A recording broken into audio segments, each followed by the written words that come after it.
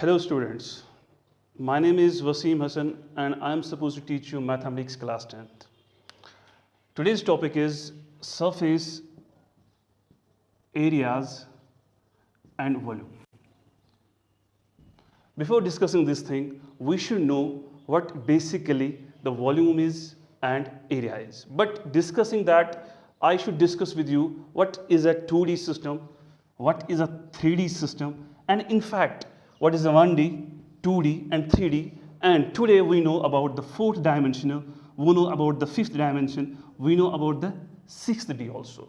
But the question arises here, so what is dimension? Let us discuss what is dimension. We will go into it deeply. We all know the coordinate geometry, coordinate system. And we also know that the father of coordinate geometry was René Descartes. And he is a person who gave us the concept of 3D system. What he did, he make a planar geometry concept like this. This is board, it is a 2D system. I can't draw this at an angle of 90 here. So to represent this 90 degree, this is a z-axis, I will draw like this fashion. But this angle is not 120, it is 90 degree. At this angle, it's also 90. And this angle is also 90 degree. So the question is, why we call this axis as z-axis and this y-axis and this x-axis? The answer is, it is just a convention. It's just a convention. This is x-axis, this is y-axis, and this is not z, this is z-axis. And the second name of this x-axis is abscissa. It's abscissa. And y, this we know as ordinate. And z, this we know as an applicate. This is abscissa, this is applicate, and this is ordinate. So we can conclude here, so whatever we have in the space, nothing in the space is 1D, nothing in the space is 2D, every object, it is a 3D object. It is a 3D object. I will take an example. I have this plane. This is a plane. So we generally say, sir, this is a 2D figure. But I will tell you, we are wrong. This is not a 2D. This is basically a 3D. So the question is, how can we defend? How can I defend that this is 3D? This is one axis, this is x-axis. This is second axis, this is z-axis. But what about this is y-axis. What about the z-axis? It's thickness. It's this thickness.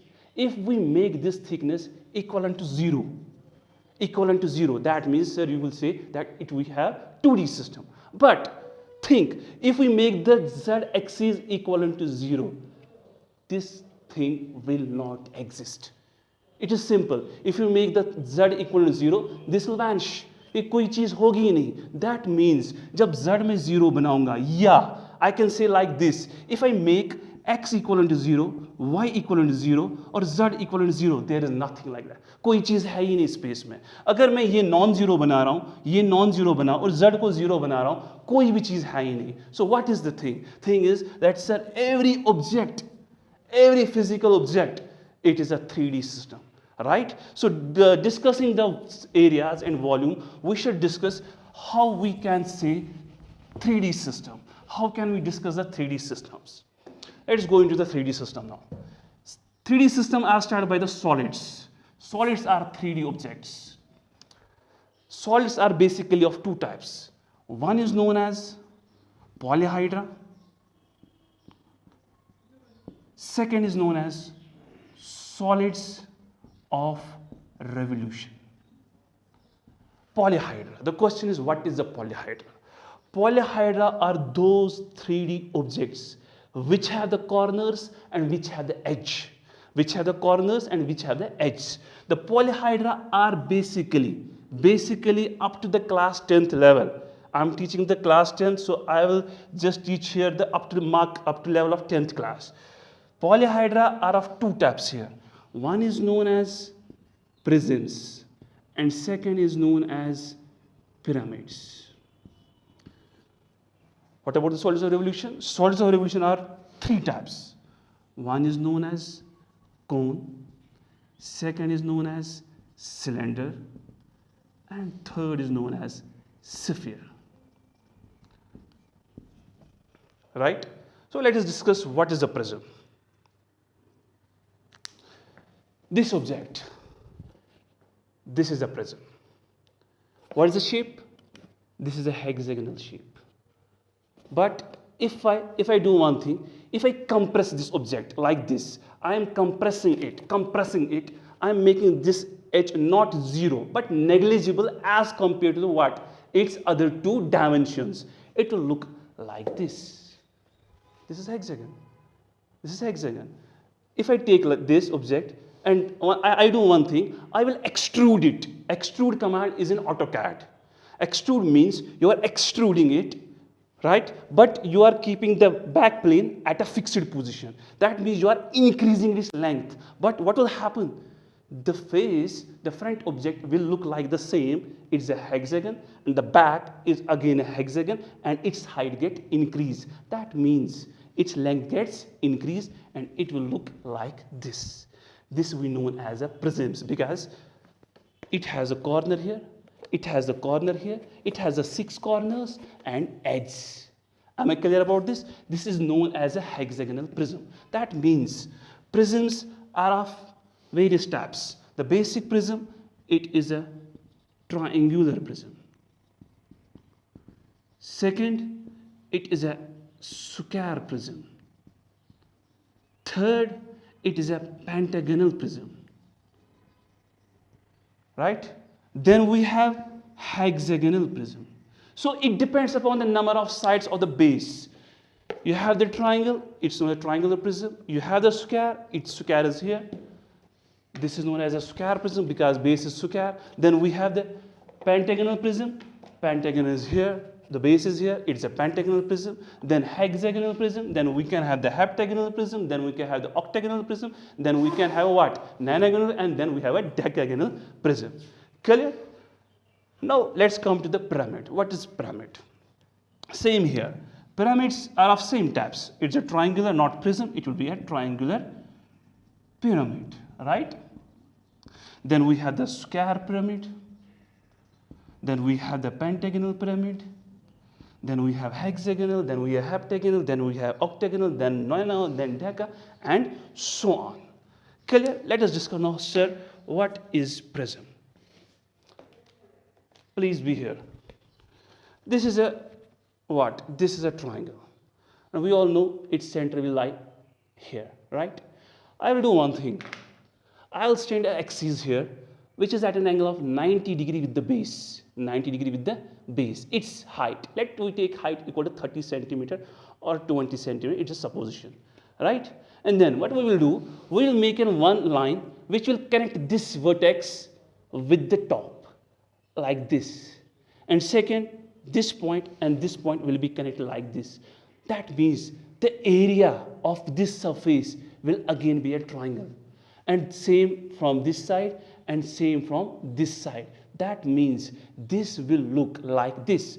Base is a triangle, sides are one triangle, second triangle, and third triangle. And top there is no other triangle. There is a point which we know as what? Apex. This is known as the apex point. Clear? What is the difference then between prism and pyramid? Only one difference, and that is a basic difference. The difference is, if I extrude it like this, the top surface will be triangle, the bottom surface will be triangle, and there will be 3 parallelograms. Here will be rectangle, here will be rectangle, here will be rectangle, and rectangle is what? It's a parallelogram. Now, what is a pyramid? Pyramid is you have to make a center of the surface and put it here axis and join all the lines with the apex point, and you get all surfaces, not parallelograms. It will definitely be a triangles. This is a basic difference between the prisms and pyramids. Right? Let us move on to the now next type of solids, which we know as to be solids of revolution. So question is, sir, why these solids are known as solids of revolution? There is a concept in it. Why these are known as solids of revolution? Suppose I have this triangle. I will make this point, I will make it a fix. And then I will rotate it like this.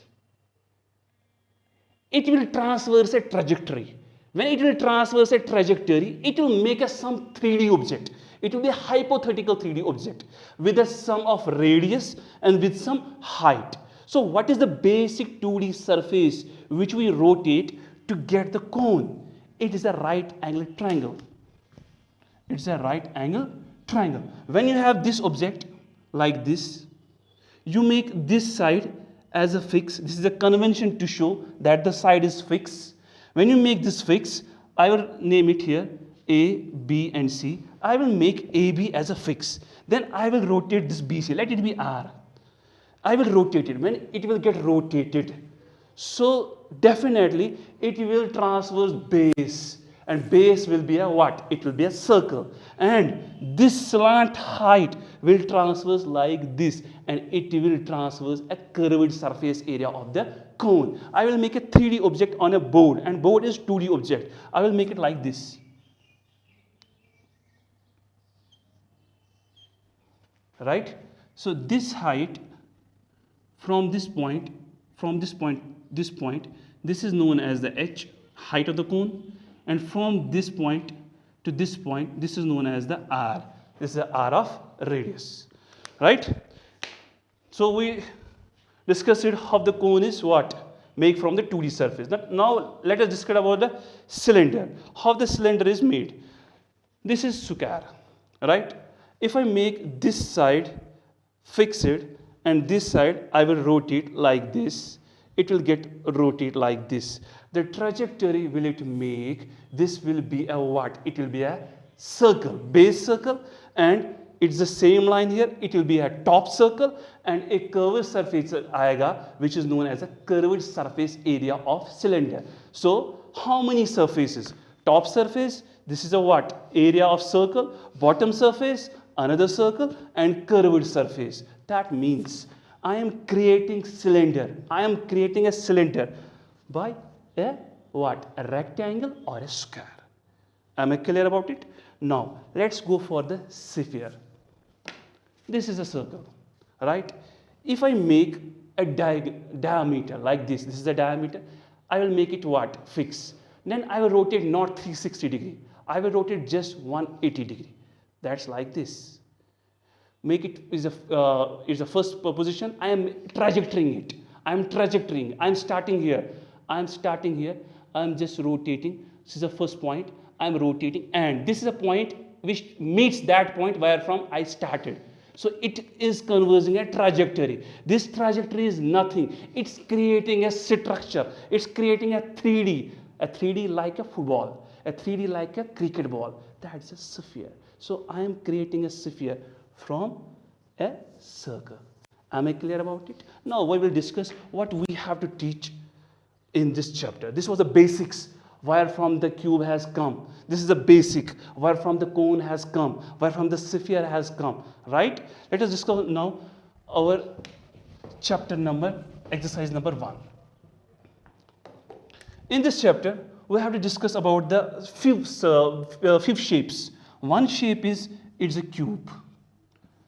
But do you know the cube is basically a prism? Cube is just a name, but basically it is a prism. But sir, which type of prism? It is a square prism. It is a square prism. Now the question is, then what is a cuboid? Answer is, cuboid is again a square prism. And there is a little difference between the cuboid and the cube. But cube and cuboid are both square prisms. This is a square prism. It has a length more than the length of the side. This is known as a cuboid. But precisely the basic name, the family name is prism. Which type of prism? Square prism. But which type of solid? Polyhedra. Polyhedra, it's a solid. It's a 3D. So 3D, polyhedra, square prism, perfect. Which square prism?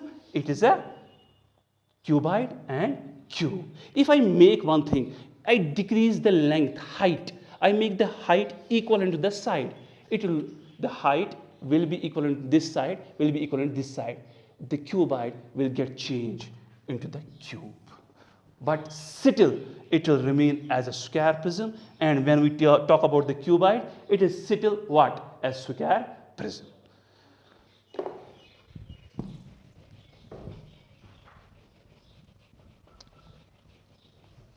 Now, let's talk about the exercise. It's a 13.1 exercise, then we have 13.2 exercise, then we have 13.3 and 13.4. I will give you a whole sense of the chapter.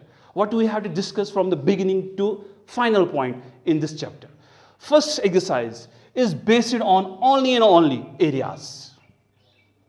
It's only on areas, right? And the second exercise is totally based on the volumes.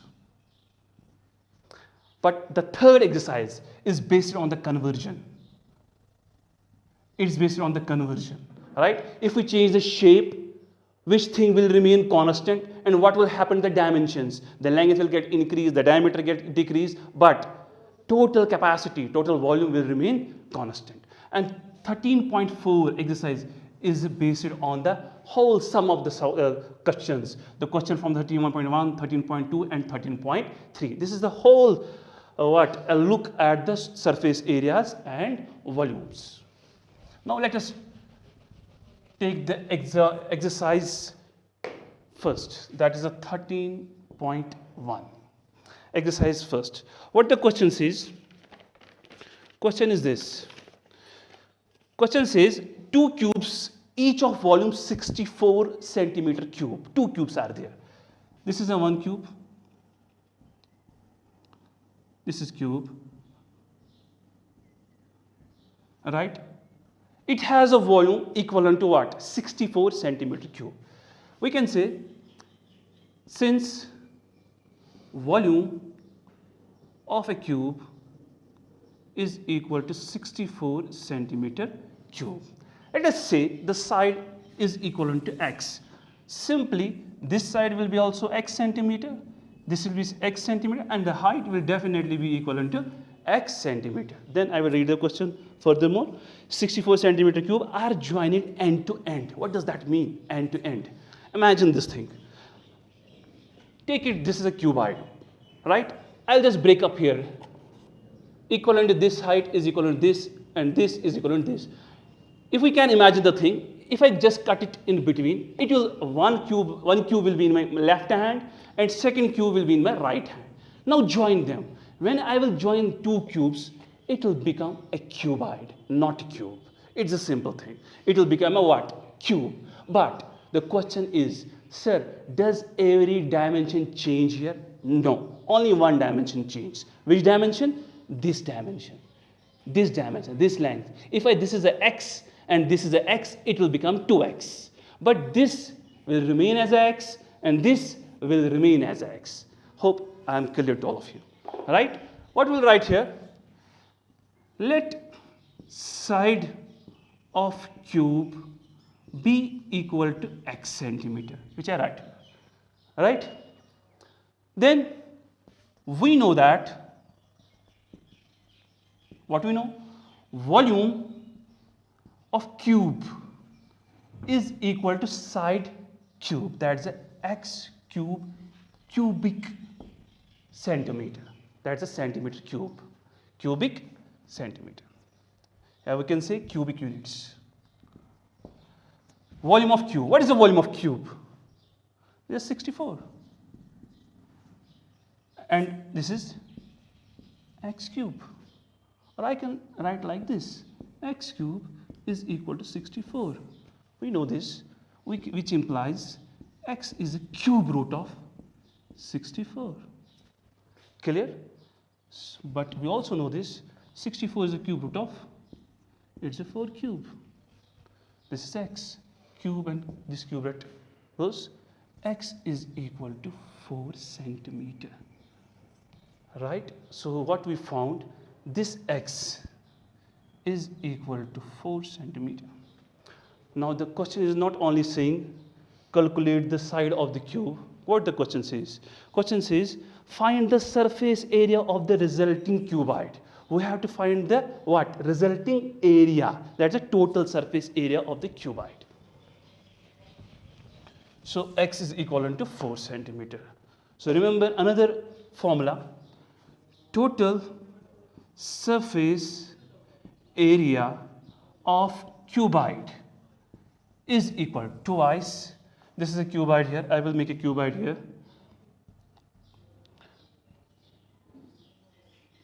Right?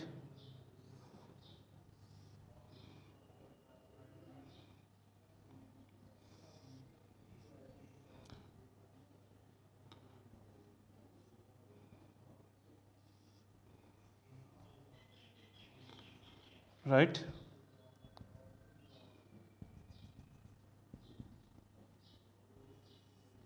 This is a cuboid here, but this is a cube because every side is equal. Here you have the what? X is equal to 4. This is also 4, but this will not remain as a what? 4. This will become 4 plus 4 because two cubes are joined together. It will become 8. Am I clear? This is a cube. What is the total surface area of this? It's equal to twice length plus breadth plus height plus length. Am I clear about this? Length, breadth plus breadth, height plus height, length. But the question you will definitely raise, sir, how?